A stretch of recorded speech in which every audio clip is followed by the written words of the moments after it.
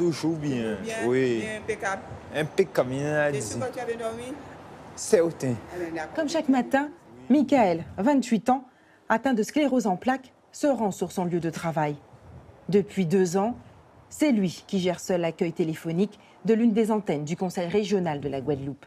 J'étais au départ, j'ai été embauché pour être gestionnaire, assistant gestionnaire des marchés publics.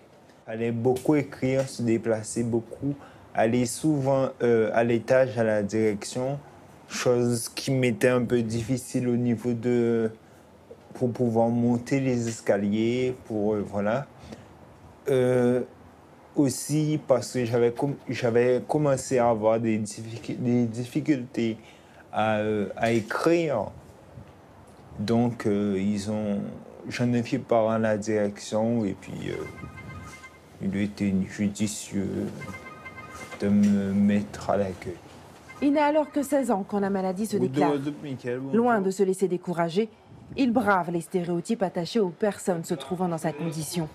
D'un BEP comptabilité, il finit par décrocher une licence en génie logistique.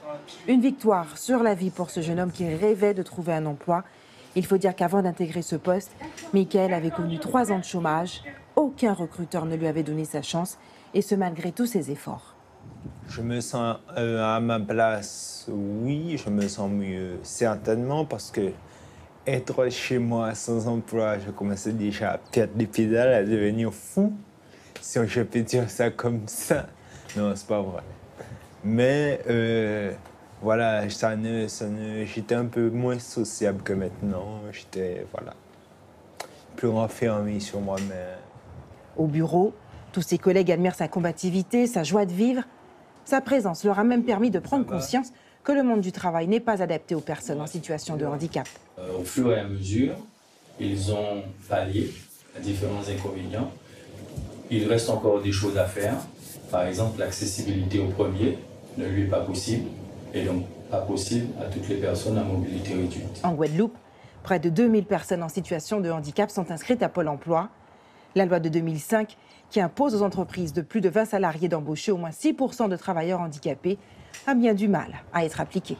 Cette loi, c'est une obligation, mais elle demande des adaptations qui sont fortes. Donc par rapport à ça, on a justement lui positionné Michael à l'accueil, donc dans le rez-de-chaussée, de façon qu'il n'ait pas à monter les escaliers. Et donc de plus en plus, les employeurs maintenant, puisque c'est une obligation, mettent en place des dispositifs pour pouvoir permettre l'accueil même de personnes en situation de handicap également dans les services publics. Mais pour autant, c'est un travail de longue haleine. Fin de journée pour Michael. C'est son père, Denis, qui vient le chercher et le ramène chez lui. 2 allers-retours par jour qu'il se fait un devoir d'accomplir pour le bien-être de son fils, dont il admire le parcours. Aujourd'hui, quand je le vois, je ressens de la fierté. Tout ce qu'il a eu un travail, donc c'est une fierté pour moi.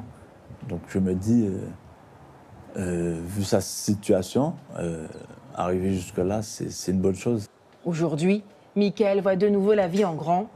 Il espère, avec son parcours, devenir un exemple et ainsi inspirer d'autres jeunes en situation de handicap.